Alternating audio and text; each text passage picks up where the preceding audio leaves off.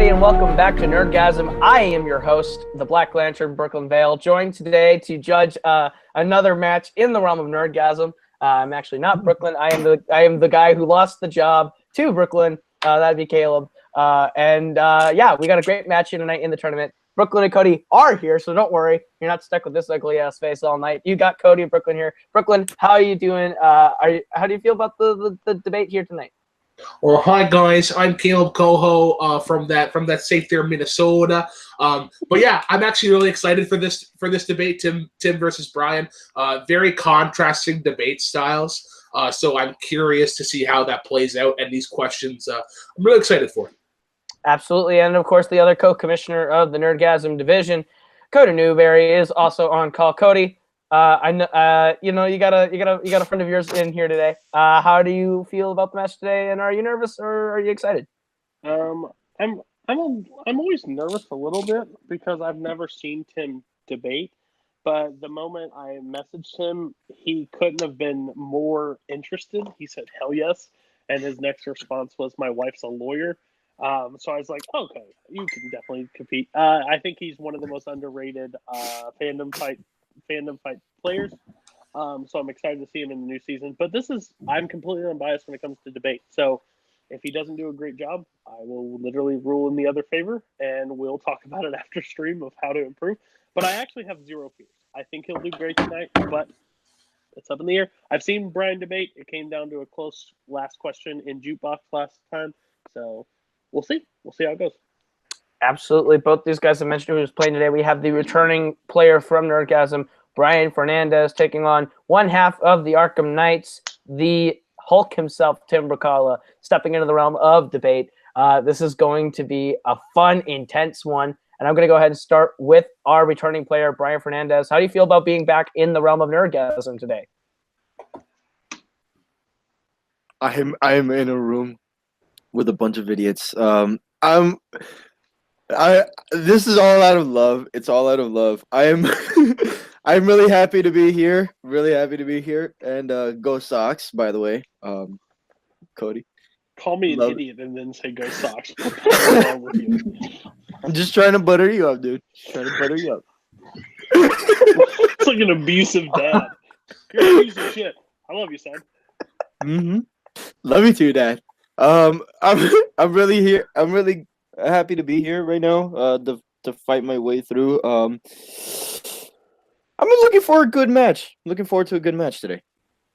Awesome. And over to our debuting debater today, Tim Brzakala. How does it feel to get into the realm of Nerdgasm here today? Hi. Please tell me we're gonna be redoing all of this. I'm sorry. Oh no, we're not. We're keeping this in. Oh, all this is it. All right, we're doing it live, man. We're doing it live. I'm really excited. I don't know. I'm excited to debate. I've never debated in a show like this, but I'm pumped. I think that Calm yourself down. I know a lot about these movies that we're going to talk about, so I think that that will definitely help. I've never played with Brian at all, so I don't really know. I've never seen any of his matches, so I don't really know how he is as a competitor, but it'll be fun. I'm not going to say that I'm like here to win or anything. I mean, I am here to win, but I'm not going to say I'm going to win because I've never done anything like this, so I'm excited. But we'll see what happens. And if I lose, I lose. It's a good experience. But I'm pumped to play. I'm excited. Absolutely. All right. So with that out of the way, let's get right into the debates of Nerdgasm. And it's going to work like this. For all three of our prepped rounds, you are going to get 1 minute for an opening argument each. Then there will be 5 minutes of free-form debate. Do not talk over each other. No filibustering. None of that. Just present your argument. Go back and forth. Decorum. All the buzzwords that Cody needs me to say. And then you'll have 1 minute. Once again, for closers to wrap it all up and present a nice little sandwich in a bow to Brooklyn Vale, as he likes to say. So with that out of the way, let's get right into the first fight. The first round tonight comes from the category of non-MCU Marvel. and the question chosen was Best Marvel Movie of the 2000s. So, Brian, you are the higher ranked player. You will go first and give your 1 minute opening when you are ready. When it comes to Marvel movies, everybody wants to immediately start thinking about, oh, look, this movie has superpowers within them. The movie that I picked does not have any superpowers whatsoever. It is basically a revenge movie that if you are a father and you have kids, you're going to feel for what this guy had to go through. And it's the Punisher. Now the Punisher is a character who basically can't die, but he's not a hero or a villain. He's an anti-hero. You don't know what he really is, but the story within itself is compelling enough to want to find out what is going to happen. So my pick is the Punisher 2004 version with Thomas Jane. All right, time. All right. 2004's Punisher. All right, we'll go over to Brother Tim. 1 minute for your opening argument when you start talking. Okay, well, to start, I'm just going to say that we're talking about Marvel movies from 2000 to 2009. The Punisher is not even the best Punisher movie from 2000 to 2009. Warzone is better. But the movie I'm picking is X2, X-Men United. The reason I'm picking this movie is because my initial thought was, let's go Spider-Man 2. Everybody loves those movies, but I feel like X2 doesn't get the love it deserves. I think it's a perfect superhero movie. It builds upon the original that came out in 2000 to great effect. It builds everything up, makes everything better, but also has more weight. I love Spider-Man. I love Spider-Man 2, but those are comic booky movies. They don't really hold up. X2 holds up. It's a serious movie while also having colorful comic book fun. So that's why I picked X2. All right. Stopping early and not using all of his time. All right. With that, we will get into the full 5 minutes. X2 versus the Punisher. Go at it. Yeah, I mean, like I said, I don't even think the Punisher is the best Punisher movie that came out in 2000 to 2009. I think Warzone is a much more exciting movie, a much more fun movie than the Punisher 2004, which definitely isn't a bad movie, but it's kind of boring. It doesn't have great performances. It's not the best verse men from 2000 to 2009. It's firing on all cylinders.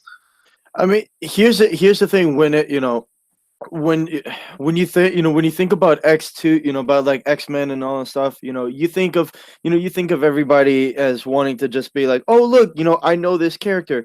But when you talk about the Punisher, a lot of comic book nerds have heard about him, but they've never seen him being portrayed on screen right.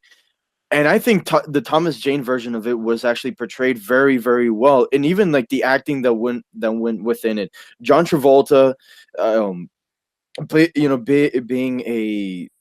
a mob, I wouldn't say like a mob kind of bad guy. He's not a mustache twirly bad guy. I would say this. William Hurt in X2, no, not William Hurt. What the fuck am I talking about? Yeah, William Hurt's not in X2. Brian Cox. Brian Cox in X-Men 2 was a little bit more of a mustache twirly villain than I 100% disagree. John Travolta's whole thing is he's just, killing people for fun because he's part of a gang or a mob or something. Whereas Brian Cox as Stryker, his whole motivation is because of his son, and he hates mutants, but his son is a mutant, and it creates so much drama in there in a Marvel movie. Up to this point, we had seen them fighting on top of the Statue of Liberty with terrible CGI, and then Spider-Man swinging around all comic booky and Willem Dafoe being and it's crazy. And then all of a sudden the next year X2 comes out and it's a family drama with a crazy villain, and the stuff Logan is going through in that movie, as well as Jean and Cyclops, their relationship. The relationships in X2 are better than any relationships in The Punisher. I mean, after a while, you just get tired. You get tired of watching the same kind of movie. It's a completely different movie. You get tired of watching. You get tired of watching watching mutants, using powers and whatnot. You don't get tired of watching it's something that came out of left field. A man witnesses his wife and his son get murdered in front of him. Yeah, and he sets out a revenge to get to go after the men who got the man who killed him. But in the way, he's getting sidetracked by his son, by another son that he killed. So by that point there, if you're, like I said in my opening arc, if you are a father and you're watching this movie and you're watching this and you're thinking to yourself, had this happened to my son or to my daughter, had this happened to my family, I would have done the same thing. I'm not going to rely on fucking powers to help me out with everything. I'm not going to rely on powers to save the world. I'm not saving the world. I'm trying to go on a revenge to try to kill somebody who killed my family. And that is all he wanted to do. But but in The Punisher, and I agree. I think that scene in the beginning when the family is killed and Thomas Jane is like realizing what he has to do, that scene is great. And I think the ending fight in the giant building when then John Travolta crawling across that's great. But everything in between is forgettable. You don't forget things from X2. There's them going to the house with going to Iceman's house, and then the police show up. There's all the stuff when they're in the woods with Magneto and Mystique showing up, and then this awesome final battle with Logan and Lady Deathstrike or whatever her name is, and they're fighting, and that's all exciting. And there's never that moment in The Punisher that I was just like, I am rooting for The Punisher. I'm rooting for Frank Castle, but there's never a moment where I'm just like, yeah. And in X2, whether there's powers or not, you care about the characters, and these characters are just you're so invested in them already, and it's just, I think, just a much better movie overall. There are memorable moments within the Punisher, that middle section there when you time. All right. We will go to Tim first for closing arguments. We have 1 minute whenever you start talking for your closing. I just think that not even as a sequel, just as a film, X2 stands out as being one of the best comic book movies ever made. In my opinion, it's up there with The Dark Knight, Iron Man, The Avengers. It's that good of a comic book movie, and it's because of the relationships.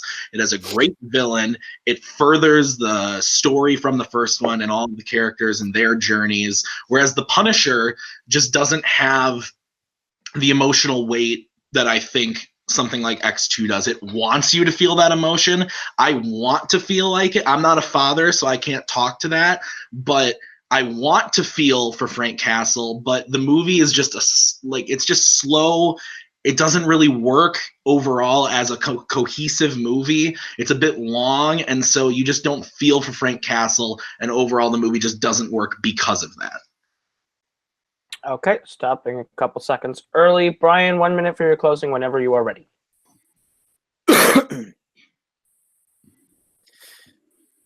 The Punisher is a movie that everybody will give a chance, and they want to say, I want to watch something different. I don't want to watch a movie that that's very I want to see something that's different. The Punisher is different. The Punisher is a character that's completely different from every other character that's there.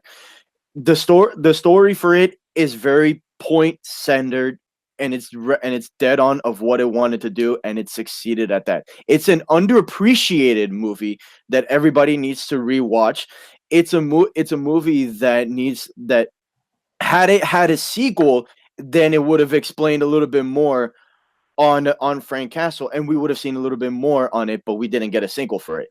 So The Punisher is an underappreciated movie. It's one of those movies that you can definitely rewatch it, and it's a little bit more of it is a cohesive movie as a whole. Time. All right, I'm going to start with Brooklyn for your judging on this one.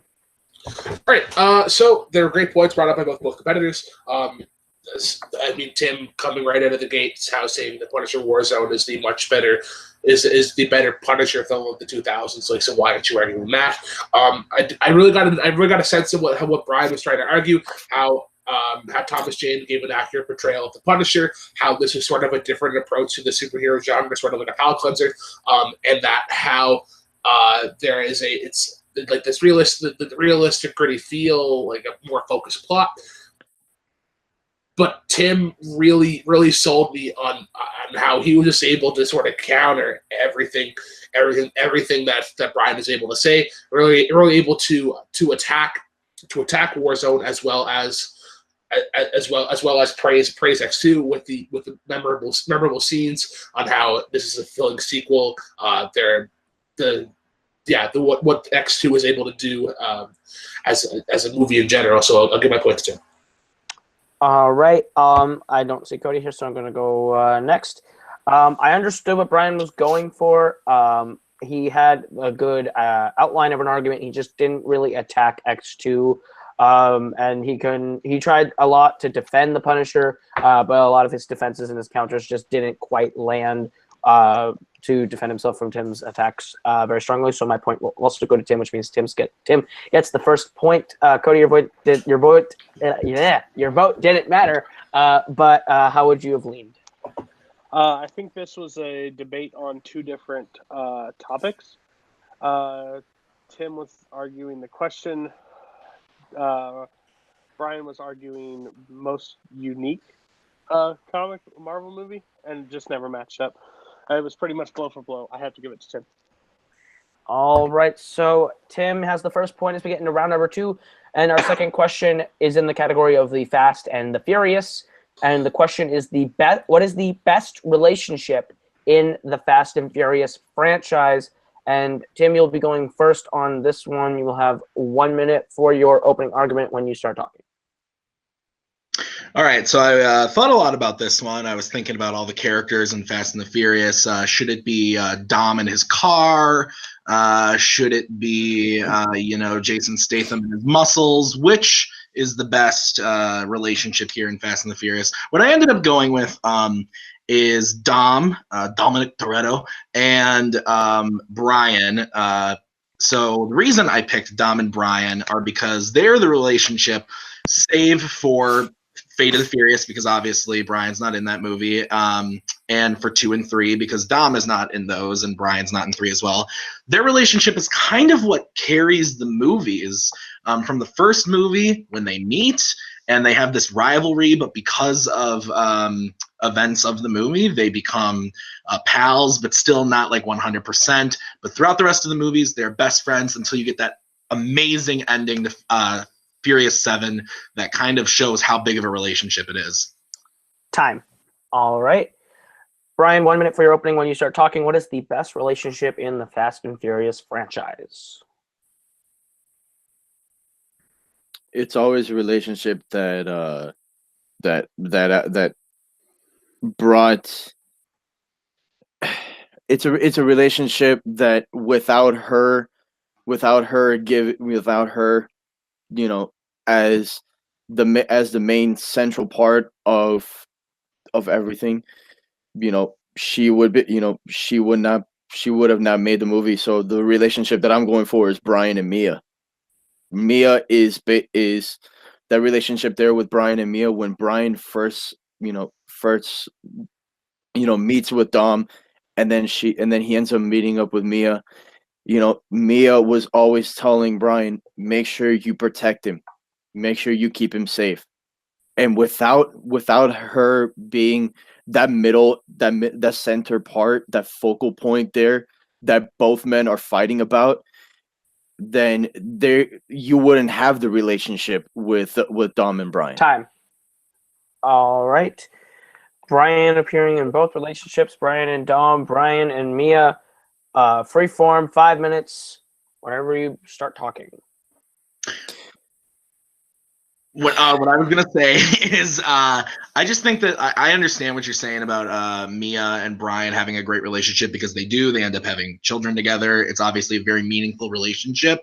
But I think the reason that Dom and Brian's relationship just like has more of an impact is because you can kind of see the Brian and Mia thing coming. Like, she's the hot girl in the movie and she's the sister to the friend. And so you see that coming. Yes, it is meaningful. But then when so like he doesn't know if he should trust Brian, all of a sudden then family is the most important thing to him, and he lets this guy into his family even though he wasn't sure about it, and that, you know, how meaningful that is to Dom.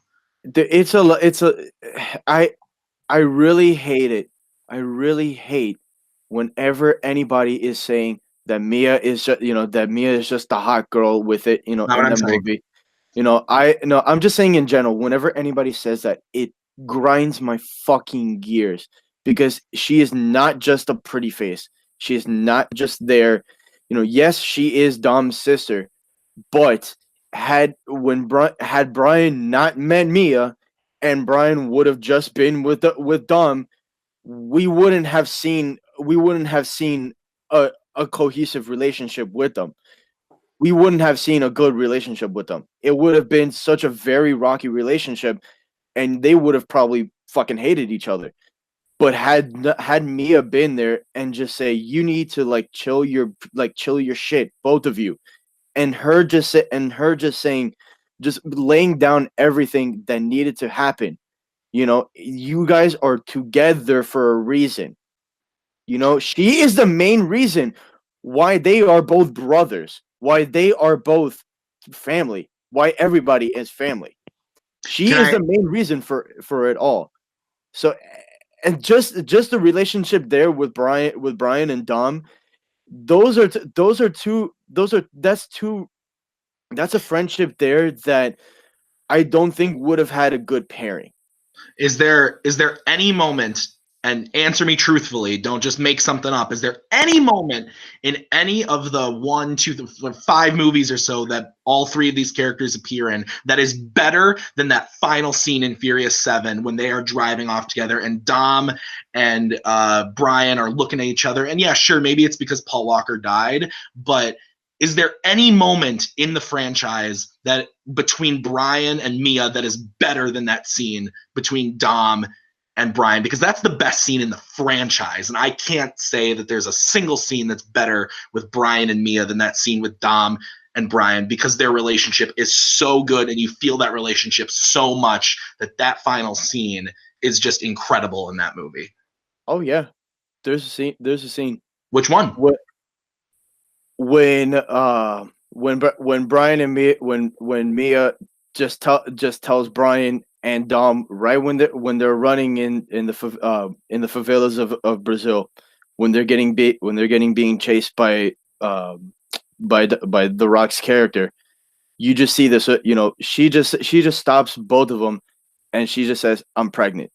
That came out of nowhere, and it shocked him. And it shocked Dom. But that was the moment there. That was the initial moment right there that they needed to really need to put themselves together. And that moment was impactful. It's an impactful moment, but that moment didn't make my mom cry, who's only seen one Fast and the Furious movie ever, and it made my mom, my sisters, and even my fucking brother cry. It made them cry to a very certain extent. And I believe, and correct me if I'm wrong, but I believe that is in Fast 5. In the beginning of Fast 5, they're chummy, they're pals, sure, they are friends, they have that relationship, and that's the thing.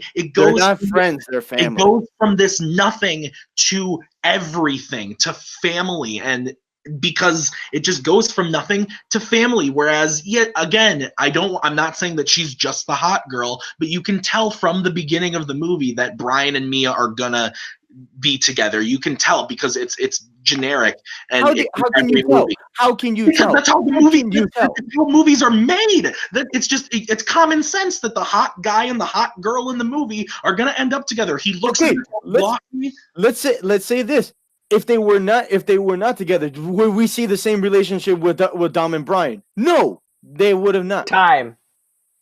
All right, Brian, you're gonna go first with your closing argument. You have 1 minute when you start talking. Okay.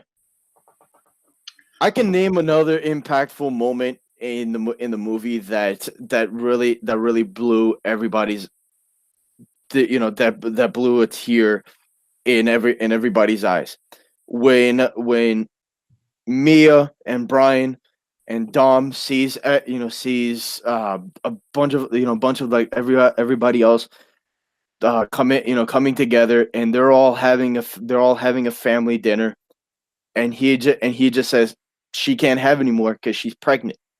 That's a moment there when you truly know that is a true family relationship there. Mia is a center focal point of the main relationship with Dom and Brian. She is the main point of it. And if anybody comes at me and says that she's just a fucking hot girl, that she's just this, that she's just that, I'm gonna fucking slap the shit out of you. Time. I love you though, but I'm gonna slap the shit out of you. All right, Tim, 1 minute for your closing whenever you start talking. Sorry, that had nothing to do with it, but I just had to add that.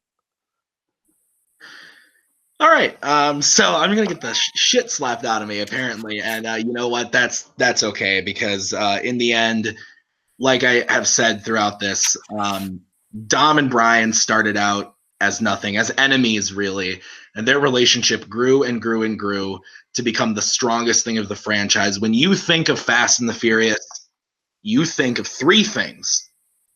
You think of Dominic Toretto, Vin Diesel, you think of Paul Walker, and you think of cars and action. Those are the three things. Maybe The Rock too, so maybe four things. But you think of those two characters, Dom and Brian, and their relationship and how they started out as nothing and enemies and became best friends, to the point where it was such an emotional moment for everybody in the theater, knowing that their relationship was coming to a close in this movie. So tastefully done. Overall, Brian and Dom are just the better relationship.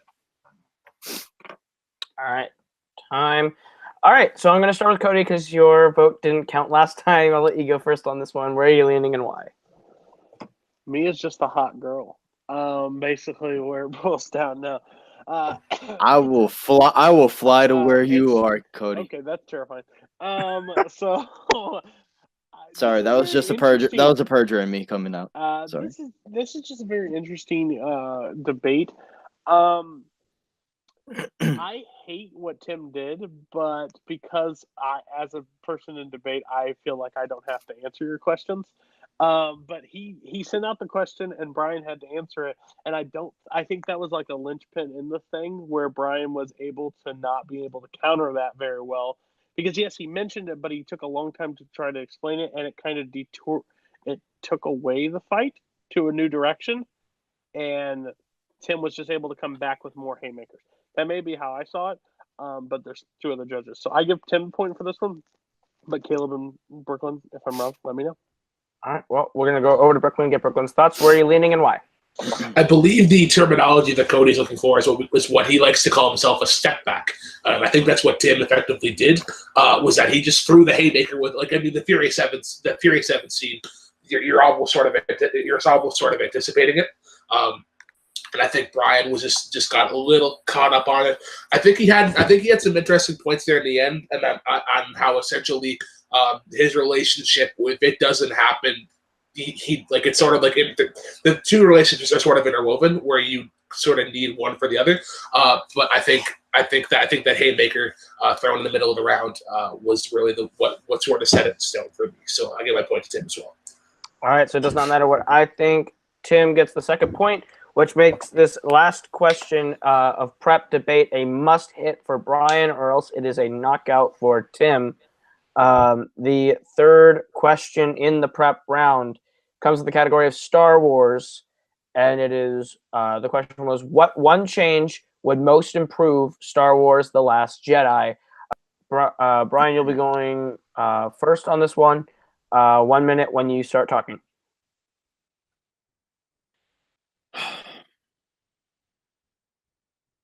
I want them to continue the storyline that The Last Jedi finished off with. Now that Kylo Ren, and this is all this is spoilers for anybody who has not seen The Last Jedi. Once Snoke died and Kylo Ren took over, I want to see where that goes to. I want them to continue that. I also want them to continue what is going to happen. Whether if there's more Jedi out there, far out within the galaxy. If there's more Jedi out there, great.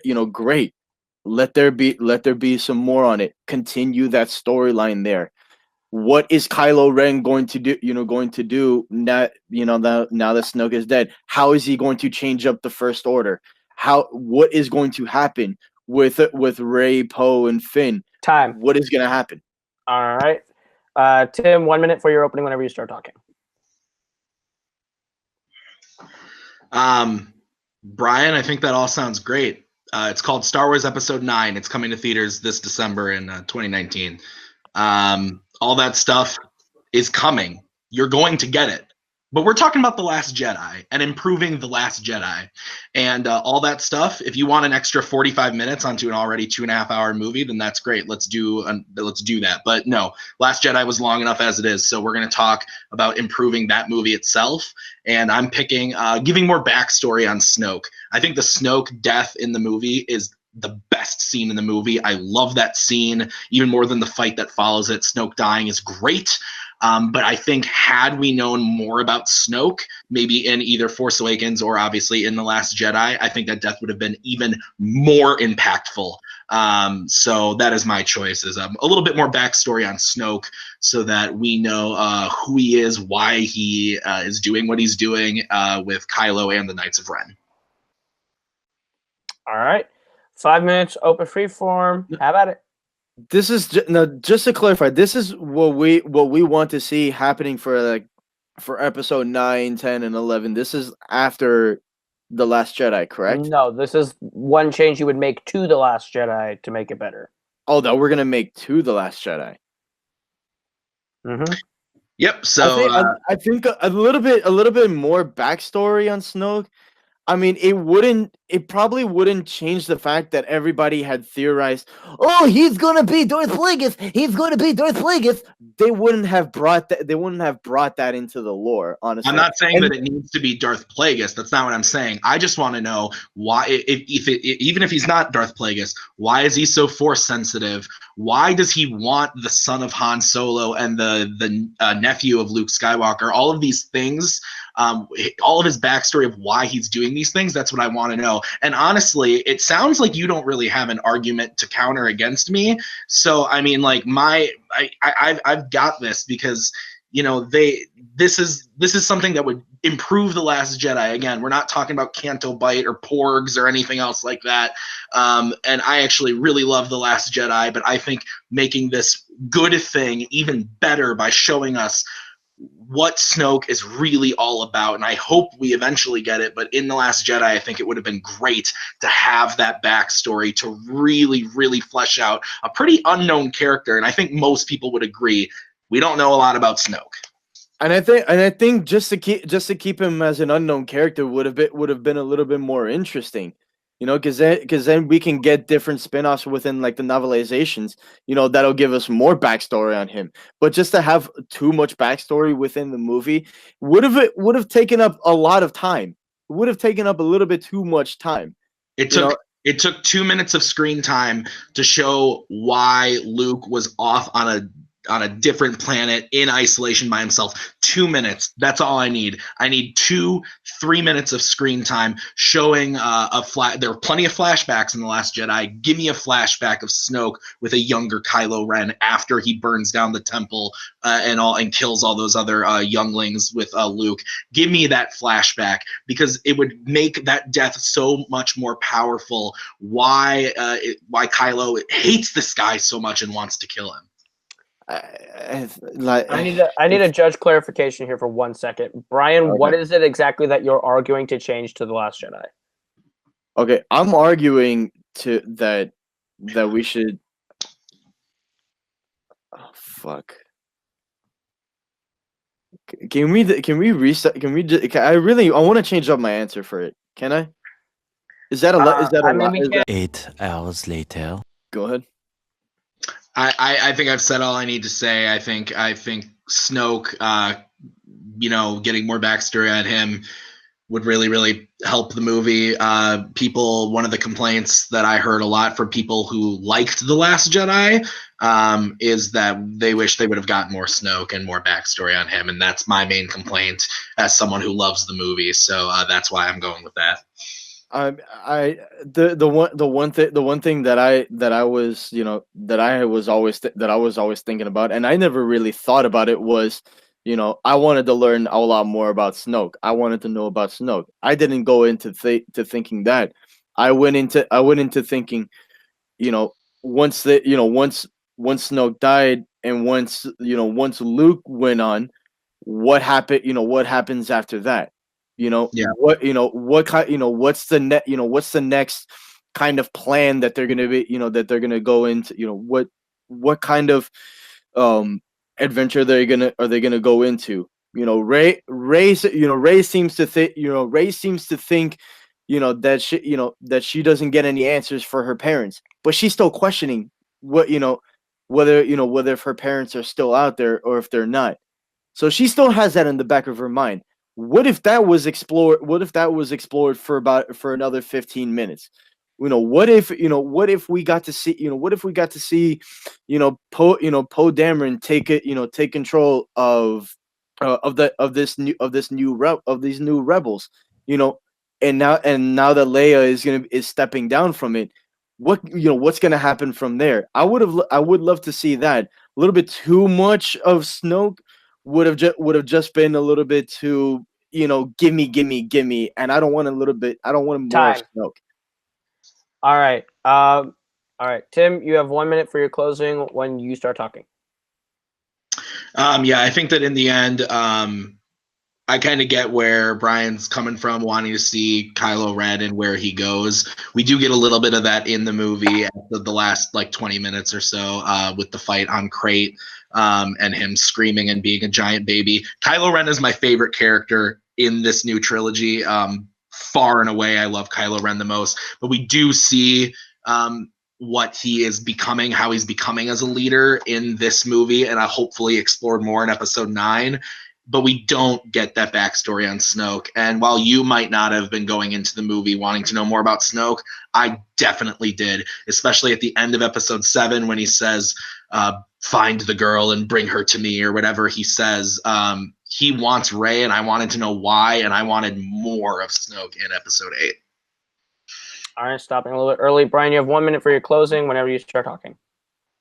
The ending of the movie when Kylo Ren did fought up against the Force ghost of Luke, and him saying that that he killed the Last Jedi, and Luke said that he's not the Last Jedi, then that's gonna then that brings up a lot of questions, of who is the Last Jedi. Could it be Rey? Could it be some other? Could it be another Jedi that's out in another system somewhere? That could, that's a question right there that could have been brought up. That's could be explored a little bit more. When Leia, passing the torch to Poe Dameron, to continue on. That's probably could be, there could be a little bit of dialogue there to get something, of your Snoke, but that's basically about it. it's all about passing the torch, and I Time. would love to see how the passing of the torch would happen. All right. I'm gonna start. I'm gonna start with Brooklyn. Actually, what are your thoughts and where are you going? So I'm not gonna lie, this was I mean like for pretty well for the start, right on. Tim was sort of in control of this. Just Brian, I heard like Brian was able to sort of like make some ground a little bit, but I never heard in his argument why what he wanted needed to be in The Last Jedi, and it was sort of everything that he said. All Tim had to say was, yes, that can happen, but it can happen in the next movie, like where the movie is already 2.5 hours. So for me, pretty easily it goes to Tim. All right. I am also going to give my point to Tim. I think Tim was just fully in control of this from the outset. Cody, your vote didn't matter. Where would you have gone? My faction mate is a fucking savage. Literally, that's called episode 9. That's just, he just went for the KO and it worked. Again, this is just, I think, a prep problem. This is kind of a thing that I want to put throughout the leagues. You could not win our league by speed round alone. You can't win it for off the cuff. You have to win it in prepped. So if life, and it's nothing against Brian, life happens. I totally understand. But make sure you're prepped before you enter the ring, because, or at least know what you're talking about. Because that was a problem here tonight. I think Brian did a good job, but I would have given it to Tim, hands over. All right, so with that, your winner by way of knockout, Tim the Hulk Brzakala. I'm going to start with Tim right now with a quick post-match interview. You got your first win, and it was a knockout. How does that make you feel about being in this debate league? First debate ever. Feels good. I was excited. Like I said at the top, I didn't come here, expecting to win. I just came expecting to have fun. I definitely had fun. Brian's a good competitor. I was pretty worried that he was going to beat me out on that Fast and the Furious question, to be completely honest. I'm honestly a little shocked you guys went with me on that one. But so I think that he really had me on the ropes there. So congrats for that one. And then, I love Marvel movies and I love Star Wars. So I got lucky by being able to talk passionately about two things I like. So, yeah. Absolutely. Well, congratulations on your win. Your next round, you are playing the winner of Sandy Robinson and Jim Green. Of the two, who would you rather be facing in the next round? Well, I only know of Mr. Green. I've only played with Mr. Green. So, yeah, but he's scary. So I don't know. I think either would be good competitors. I'd probably have to go with Jim, though, just because I know of him a little bit more, so I feel like I could prep better for Jim specifically. Speaking as Jim's team partner, you do not want that match, but absolutely, hope you get it. But yeah, as your manager, you want that match. You want that match back. All right. Well, congratulations on your win. We'll go over to our unfortunate loser today, Brian. How do you feel about your performance tonight in this match? Yeah, it was fucking terrible. It was terrible. The opening round, I knew going for some reason I had a feeling he was gonna probably pick either Spider-Man 2 or X-Men 2. I had a feeling he was gonna pick that, and guess what? He picked X-Men 2. Congrats on that, dude. The Fast and Furious one, I love Fast and Furious so much. I love that whole franchise there. And I thought that was a round in itself, probably a round that I was so passionate about, and I wanted to get that one fucking point there within that round, but it went over to Tim, so that left me in a little bit of a disappointment. And then Star Wars, fuck Star Wars, fuck it. All right. Yeah. And then I just wanna let you know this right now. If I do get another match, consider this my formal retirement from movie Battleground. And if I lose my next match, I'm officially retiring from movie Battleground. Okay. Well, I'm sure movie Battleground would be sad to hear that from us at Nerdgasm. I guess we are sad to see you go. Sorry to see you go. And I guess this is the last we'll see of you then if you are This resigning. this is just movie battleground, but every other platform, multiplex and all that stuff, like Warzone and all that stuff. You're still gonna see me there, but this is just Okay. This is just movie debates. All right. So Well, we'll see you in the realm of trivia then. I guess that's it for you in debate here. Again, sorry about your win, and we'll see you in the trivia leagues. sorry about my win. Loss. Your loss. Sorry about your loss, and we'll see you in the trivia leagues. All right. So, Brooklyn, what are your thoughts on the match here today overall? I mean, it's always unfortunate to hear somebody retire. I know exactly how Brian feels. You're sort of down on yourself. You feel defeated. Maybe just it's similar to myself realizing that debate, like for me, trivia isn't my thing. So maybe for Brian, he's just realizing that debate isn't his thing. But props to Tim being the first person to get a knockout in the new Nerdgasm format. So I would be scared to go up against Tim, whoever he faces, whether it be Jim or Sandy. But yeah, kind of ashamed it didn't get to go to speed round. Yeah, absolutely. But I think Tim just lived up to. He keeps living up to that nickname, the Hulk, no matter what he plays in. Whether it's debate, trivia, he lives up to it. He played a good game today, and I'm excited to see him go to the second round. Cody, do you have any final thoughts you want to give before we wrap this one up?